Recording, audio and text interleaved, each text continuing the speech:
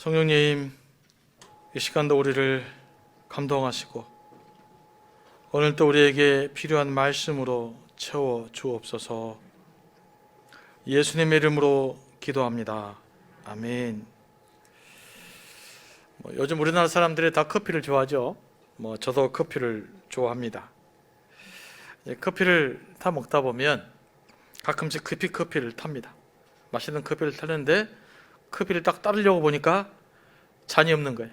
커피잔에 전부 다 이전에 먹었던 물, 주스, 커피 이래서 잔을 이렇게 뭐가 가득 찼을 때 여러분 어떻게 합니까? 저는 남자다 보니까 종종 그런 일들이 있습니다. 그러면 그 중에서 제일로 깨끗한 거, 제일로 새 거 씻어서 닦아서 다시 커피를 따라서 먹죠.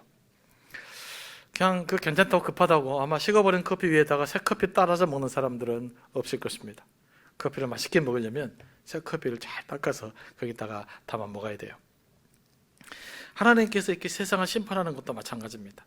새로운 역사, 인생의 새판, 역사의 새판을 짜려고 하는데 이게 너무 타락해서 갈 수 없는 거예요. 그러면 어떻게 됩니까? 이걸 싹 비워내고 닦아내고 새롭게 시작해야 됩니다. 오늘 노아 홍수가 바로 그런 과정 중에 하나라는 거죠. 하나님께서 노아에게 세상을 심판할 거라고 말씀하시고 이제 방주를 만들라고 지시를 합니다. 노아가 어떻게 행동합니까? 하나님이 명령하신 대로 다 준행합니다. 그러자 하나님께서 너와 온 집은 방주로 들어가라고 말씀하십니다. 그러면서 그 이유를 설명합니다. 1절 말씀입니다. 여호와께서 노아에게 이르시되 너와 내 온 집은 방주로 들어가라. 이 세대에서 네가 내 앞에 의로움을 내가 보았습니다. 구가 꼬여 있죠. 간단하게 말하면 네가 내 앞에서 의로웠다. 네가 그 모습 보았다. 이 말입니다. 노아가 방주에 들어갈 수 있었던 것은 하나님 보시기에 의로웠기 때문입니다. 내 앞에서 의로웠다. 그건 굉장한 칭찬이거든요. 우리 예수 믿는 사람들은 이런 칭찬을 기대하며 살아야 될 줄로 믿습니다. 여러분이 궁극적으로 누구에게 인정을 받아야 되겠습니까? 하나님께 인정을 받아야 되지 않겠습니까? 우리 신앙의 목표는요, 하나님 앞에서 의롭다고 인정받는 거예요. 그게 우리 신앙의 목표가 되어야 됩니다. 하나님 앞에 의롭다고 인정받는 것이 아니라 사람들에게 인정받기 원하기 시작하고 또 내 자존감을 인정받기 시작하고 그러면 우리가 상처를 받게 되고 또 신앙생활이 힘들어지는 경우가 있죠. 자, 그러면 하나님은 노아의 무엇을 보고 그렇게 의롭다고 여겼을까요? 6장 22절 말씀에 기록되어져 있는데 노아가 그와 같이 하여 하나님이 자기에게 명령하신 대로 다 준행하였더라. 7장 5절 말씀에도 기록되어져 있습니다. 노아가 여호와께서 자기에게 명령하신 대로 다 준행하였더라. 하나님께서 말씀하시는 대로 순종했다는 것입니다. 노아의 의로움은 하나님께서 명령하신 대로 준행하는 데 있습니다. 의의 기준은 내가 아니라 하나님이라는 말씀이에요. 의의 기준은 내 생각이 아니라 하나님의 기준이라는 말씀입니다. 엄밀한 의미에서 하나님의 의는 그 민주주의가 아닙니다. 많은 분들이 헷갈리시는데 민주주의는 독재보다 좀 나은 거예요. 상대적으로 좋은 제도지 완벽한 하나님의 의가 될 수가 없습니다. 그런데 이 지점에서 우리 그리스도인이 헷갈려 버리면 이게 이제 신앙의 근본이 흔들려 버릴 수가 있죠. 또 세상에서 말하는 공정과 정의도 하나님의 의가 아니에요. 하나님의 의를 실천하다 보면 그런 자연스럽게 따라오는 결과물이죠. 내가 선하게 살고 도덕적으로 산다고 해서 의로워지는 것이 아닙니다. 우리는 말씀에 순종할 때 비로소 의로워질 수 있습니다. 오직 하나님만이 진리시고 예수님만이 진리이기 때문입니다. 세상은 이 사실을 인정하지 않으려고 하죠. 그러다 보니까 가끔씩 교회와 세상이 충돌할 때가 있습니다. 우리 예수 믿는 사람은 세상과 다 조화를 이루며 살아야 됩니다. 그러나 교회가 세상과 한 번의 충돌도 없었다라고 한다면 교회는 잘못 살고 있는 것입니다. 물론 교회가 세상과 날마다 충돌하면 살 수는 없죠. 하지만 우리의 삶이 하나님 중심의 기준과 세상적인 삶의 기준이 다를 때는 어쩔 수 없는 그런 충돌을 경험할 수밖에 없는 것이죠. 이 시대에 하나님이 원하시는 사람은 묵묵히 말씀에 순종하는 사람입니다. 묵묵히 하나님의 말씀에 따라 준행하는 사람들입니다. 과거에 그 인문학적인 지식을 나열하면서 그 정의를 외쳤던 사람들이 어떤 정당에 들어가서 그 나팔수 역할을 하는 것을 보면 참 실망감이 많이 듭니다. 물론 저도 뭐 그런 상황이 되면 그럴 수 있을 거라는 생각은 합니다만은, 그렇게 여러분 공정과 정의를 외쳤던 사람 지금들의 모습을 보십시오. 그게 진짜로 공정인가? 그게 정의인가? 저는 요즘에 뉴스를 보고 그러면 어떤 걸 점점 더 확실하게 깨닫게 되냐면, 이 세상에 정의는 없고 사람들은 자신들의 이익을 공정과 정의라는 이름으로 포장할 뿐입니다. 그러지 않습니까?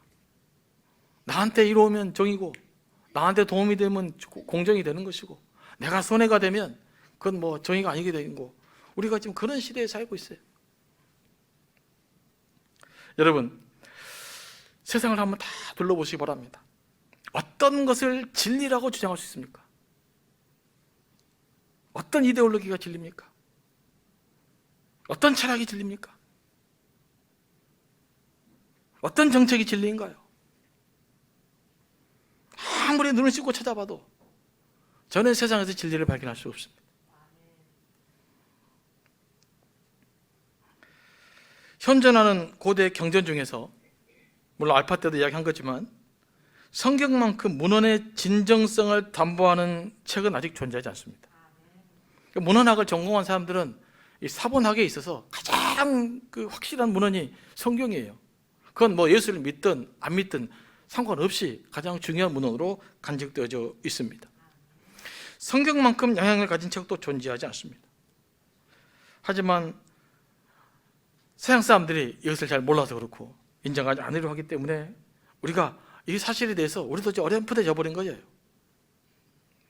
서구 사회를 도덕적인 사회로 이끌었던 것이 성경 말씀이에요. 그런데 서구 사회가 교회를 밀어내고 성경을 밀어내면서 무슨 일이 벌어집니까? 지금 도덕적으로 타락하잖아요.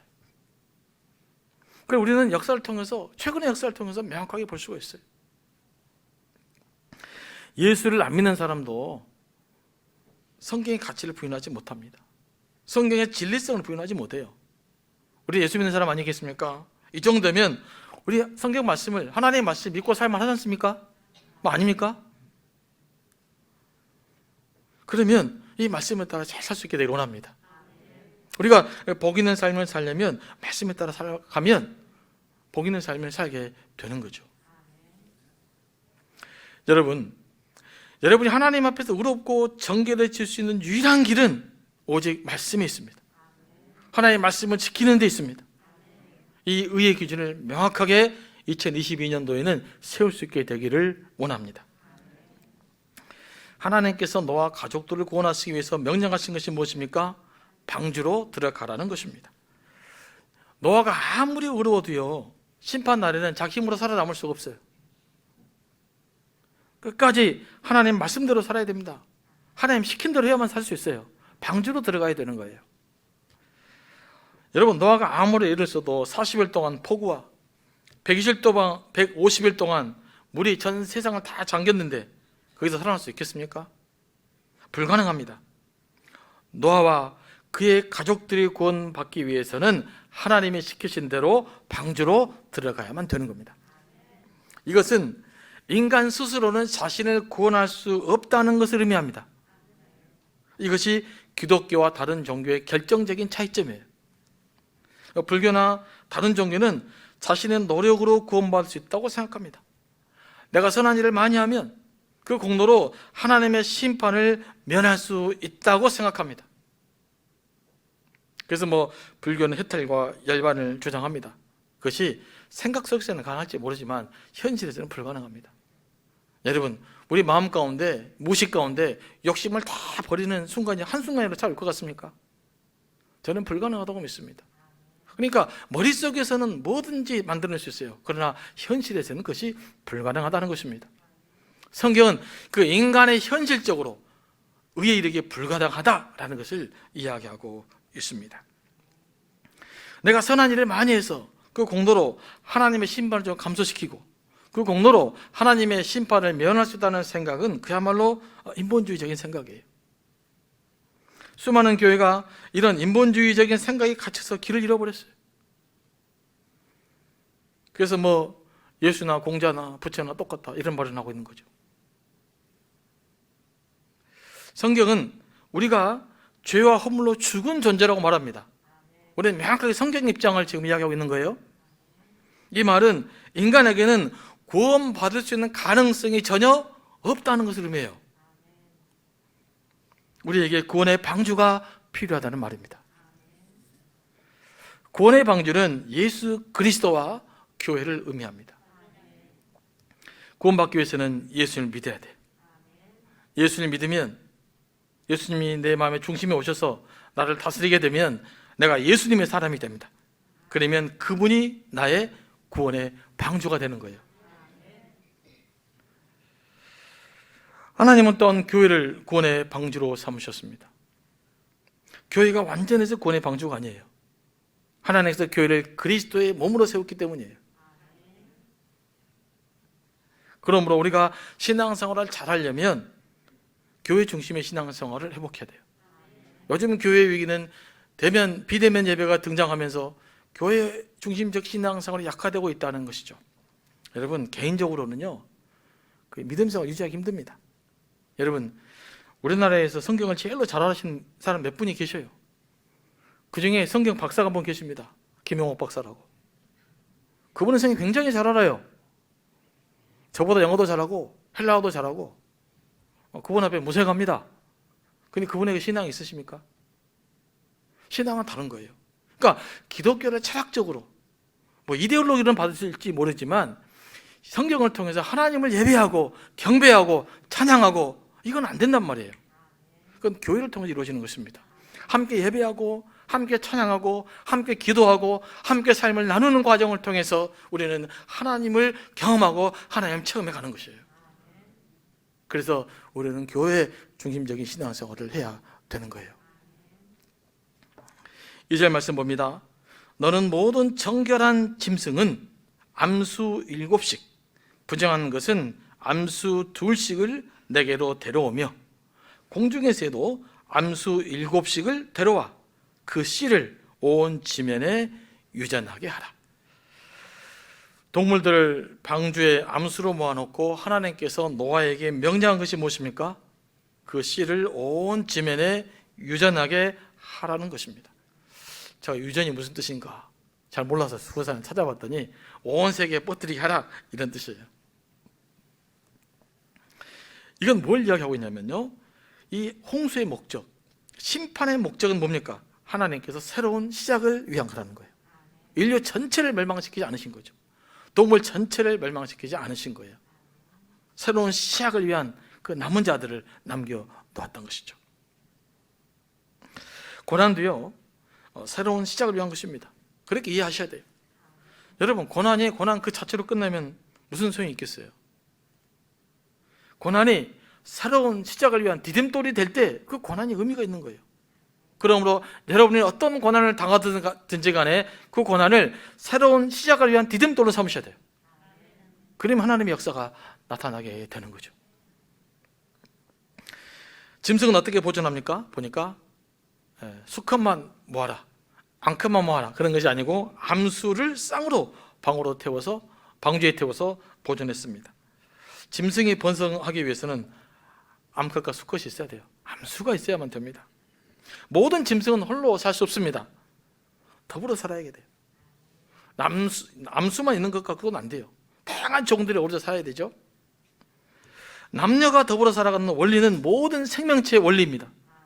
적어도 성경이 말하는 생명의 원리는 남녀가 더불어 살아가는 거예요. 그래서 가정을 강조한 것이죠. 그러므로 교회는 오해하지 마시기 바랍니다. 극단적인 페미니즘을 찬성할 수 없어요. 왜냐하면 남녀가 더불어 살아야 되는 공동체 원리에 파괴되기 때문에 그렇습니다. 그리고 교회는 극단적인 가부장주의를 찬성할 수 없어요. 남녀가 더불어서 함께 살아가는 곳이기 때문에 그래요. 그러므로 우리는 교회에서 끊임없이 더불어 살아가는 법을 배워야 됩니다. 남녀가 더불어 살아가고 나와 다른 사람들이 더불어 살아가는 법을 배워야 돼요. 그게 우리가 갖춰야 될 핵심적인 삶의 원리여야 됩니다. 여기서 실패하면 교회의 일치가 이루어지지 않습니다. 하나님은 심판 중에도 그 동물들의 종을 보존하셨잖아요. 동물의 종을 보존하는 것은 종의 역사, 또 지구의 역사를 고려해 볼 때 그 종 전체를 구원하는 일과 맞먹는 일입니다. 여러분 종종 미래 디스토피아 영화를 본 적 있으십니까? 가끔씩 제가 무슨 영화를 봤는데 그러더라고요. 마지막 선어 가정을 살리기 위해서 모든 사람들이 다 희생을 합니다.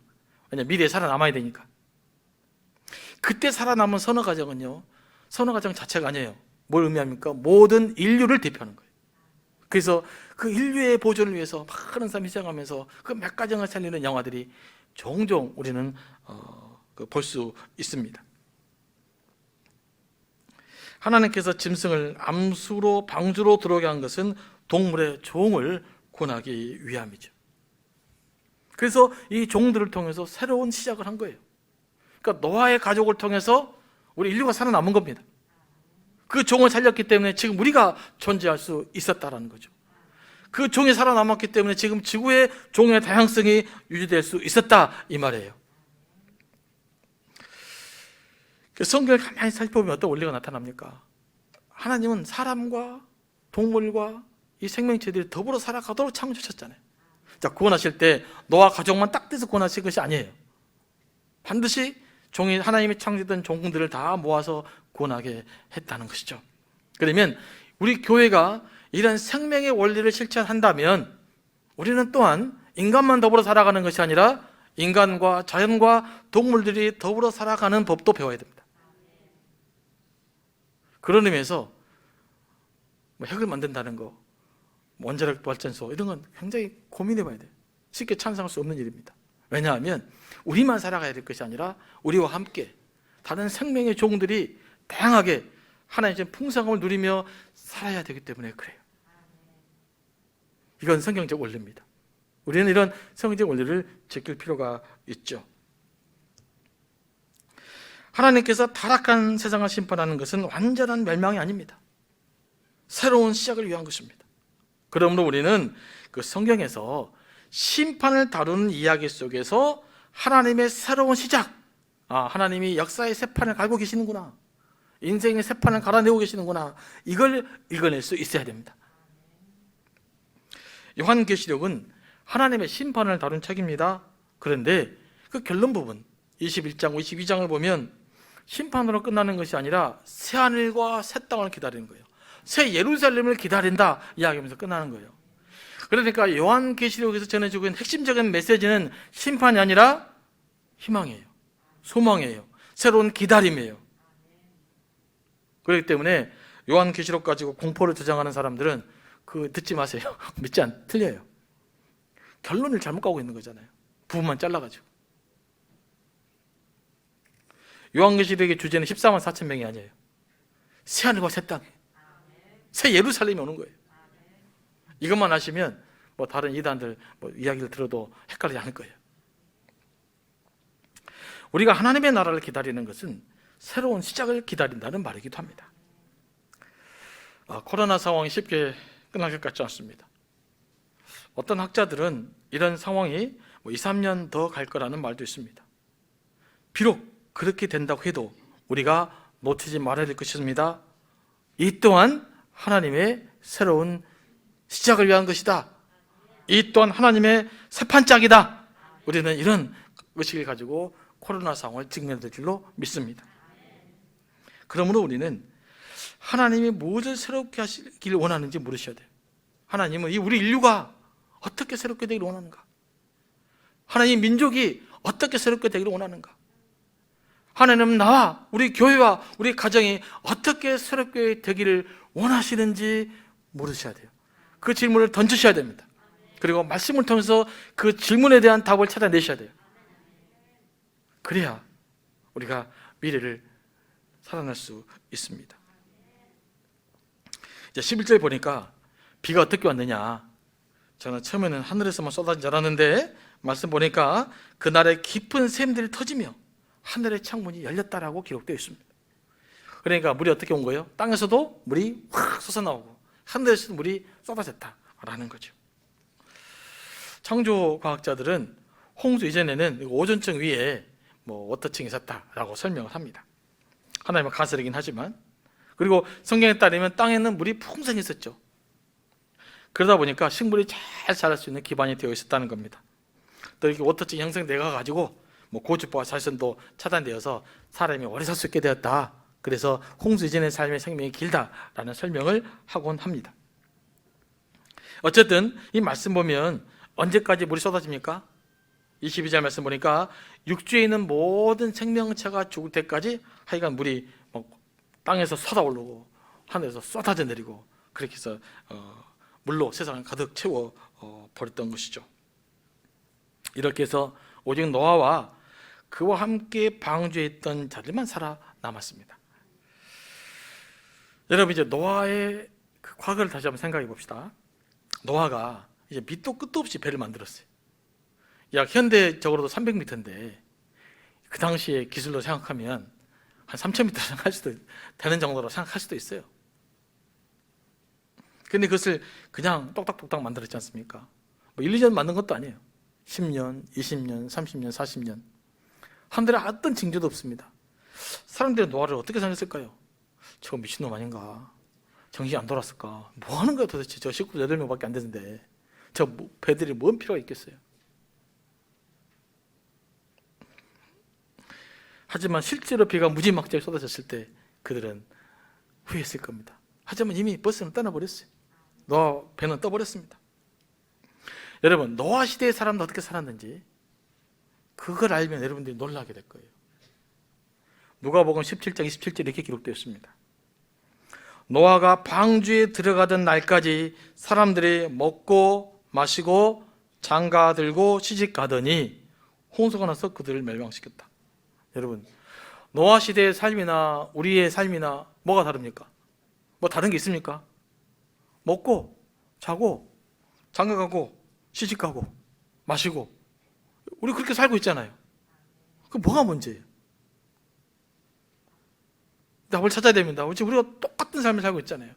노아 시대 사람들 일상적인 삶을 산 거예요. 즉 우리가 살아왔던 똑같은 삶을 산 거예요. 그런데 노아 시대 사람들은 뭐가 문제일까요? 그들은 하나님께 관심이 없었다는 거예요. 혼자 열심히 먹고 사는 데에 관심이 있었으나 정작 진리이신 하나님에 대해서, 정작 의의 근본이신 하나님에 대해서 무관심했다. 그래서 심판의 대상이 된 겁니다. 이 시대도 그런 의미에서 죄가 관영한 세상이에요.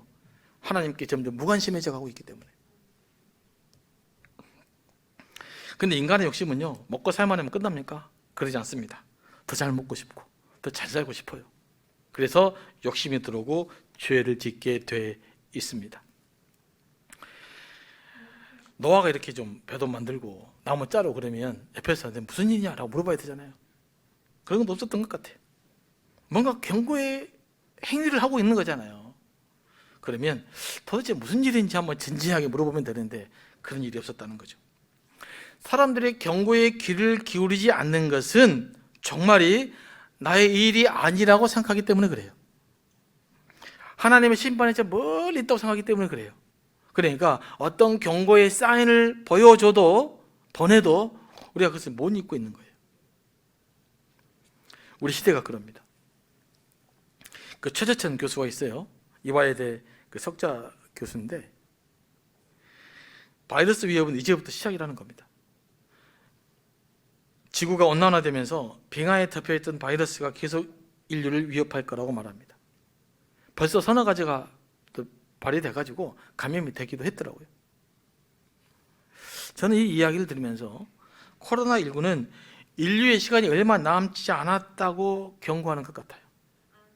현대 지금 과학기술을 제어할 수 있겠습니까? 이대로 갈 거 아니겠어요? 그러면 우리가 생각한 것보다 훨씬 지구의 끝은 여러분이 믿거나 말거나 다가오고 있어요. 이 지금 경고음이 들리고 있는 거예요. 삐삐삐삐삐 이렇게. 야, 인류 시간 얼마 남지 않았다. 지금 돌아서야 된다. 지금 이런 삶의 방식 갖고는 안 된다. 근데 우리가 멈추지를 못해요. 그럼 이제는 결국 우리에게 남는 시간이 별로 남지 않았다는 것이죠. 여러분, 내일이 종말이라면 어떻게 하시겠습니까? 두려움 없이 내일을 맞이할 수 있겠습니까? 평안하게 내일을 맞이할 수 있겠습니까? 두려움 없이 오늘을 보낼 수 있겠습니까? 우리가 예수를 믿는다고 하는 것은 내일이 종말이 올지라도 두려움 없이 열린 가슴으로 그 종말을 맞아들일 수 있는 그 믿음을 키우는 거예요.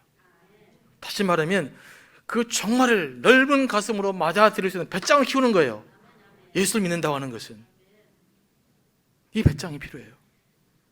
이것을 갖지 못하니까 흔들리는 겁니다. 그래서 우리의 믿음을 새롭게 세워야 돼요. 예수 그리스도, 그분을 나의 주 나의 하나님으로 온전히 영접하고 그분을 온전히 신뢰할 수 있을 때 내일이 종말이 올지라도 오늘을 편안하게 열린 가슴으로 받아들일 수 있는 거죠. 그러니까 예수를 제대로 믿으면 힘있게 당당하게 살아갈 수가 있는 거예요. 뉴욕을 떠나 샌프란시스코로 향하던 여객선 센트럴 아메리카호가 바다 한가운데서 엔진 고장이 났습니다. 동력이 꺼지자 배수 펌프 가동이 중단되어서 배에 물이 차기 시작합니다. 조타수는 무선으로 구조 신호를 보냈습니다. 마침내 부근을 지나던 대형 화물선이 구조 신호를 받고 곧장 여객선이 있는 곳으로 다가왔습니다. 화물 선장은 무선 신호로 배가 여객선 가까이 왔으니까 즉시 구명보트를 띄워서 승객들을 옮기라고 전했습니다. 여객선에서 답장이 왔습니다. 좀 더 기다려달라는 것입니다. 그 이유는 깜깜한 밤인데 승객들을 깨워서 옮기려면 좀 혼란스러울 것 같다. 우리가 한번 고쳐보겠다. 조금만 더 기다려달라. 화물선에서는 그래도 위험하니까 일단 승객만이라도 옮겨라 라고 전달했습니다. 하지만 답변은 여전히 좀 더 기다려달라는 거였습니다. 화물선은 만일을 대비해서 가까이 있을 수 없잖아요. 배가 침몰하면 같이 떨어지니까 먼 거리를 두고 기다릴 수밖에 없었습니다. 그로부터 몇 시간이 지났습니다. 그 여객선을 살피는 선원이 이런 보고를 합니다. 선장님, 배에 불빛이 더 이상 보이지 않습니다. 불행하게도 그 배는 승객을 타온 채 침몰해 버린 것입니다. 뭐 세월호 같습니까? 여러분, 마치 우리가 이렇게 살고 있지 않습니까? 조금만 더 미루면서 나 세상 일 조금 더 할게요. 조금만 더 미루면서 내가 나중에 봉사할게요. 조금만 믿으면서 나 예수님 좀 나중에 믿을게요. 여러분, 혹시 우리가 그렇게 살고 있지 않습니까? 더 늦기 전에 구원의 방주이신 예수 그리스도께 돌아오시기 바랍니다. 여러분의 삶의 방향성이, 여러분의 삶의 중심을 예수님께로 돌이키게 되기를 원합니다. 그날이 도적같이 임할 것입니다.